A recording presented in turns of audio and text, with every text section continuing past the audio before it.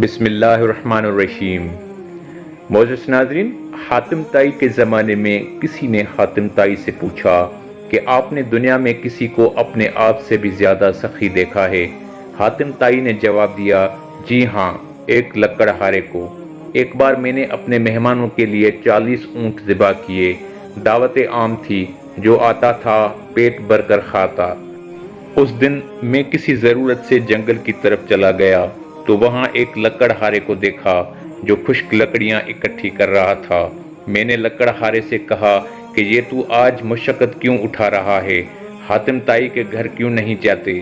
وہاں تجھے بہترین کھانا ملے گا۔ لکڑہارے نے میری بات سنی تو بے پرواہی سے مجھے جواب دیا کہ جو شخص اپنی محنت سے پانی خوراک حاصل کر سکتا ہے وہ حاتم طائی کا احسان کیوں اٹھائے؟ جو اپنی محنت سے کما سکتا ہے اس کو حاتم کی سخاوت سے سروکار نہیں۔ حضرت سعدی رحمۃ اللہ علیہ نے اس حکایت میں محنت اور خودداری کی عظمت ظاہر کیا ہے۔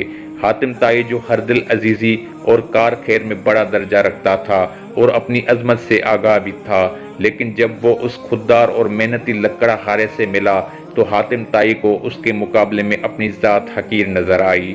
معزز ناظرین، ویڈیو پسند آیا ہو تو اسے لائک کریں، شیئر کریں اور مزید ایسے ویڈیوز کے لیے ہمارے چینل کو سبسکرائب کریں۔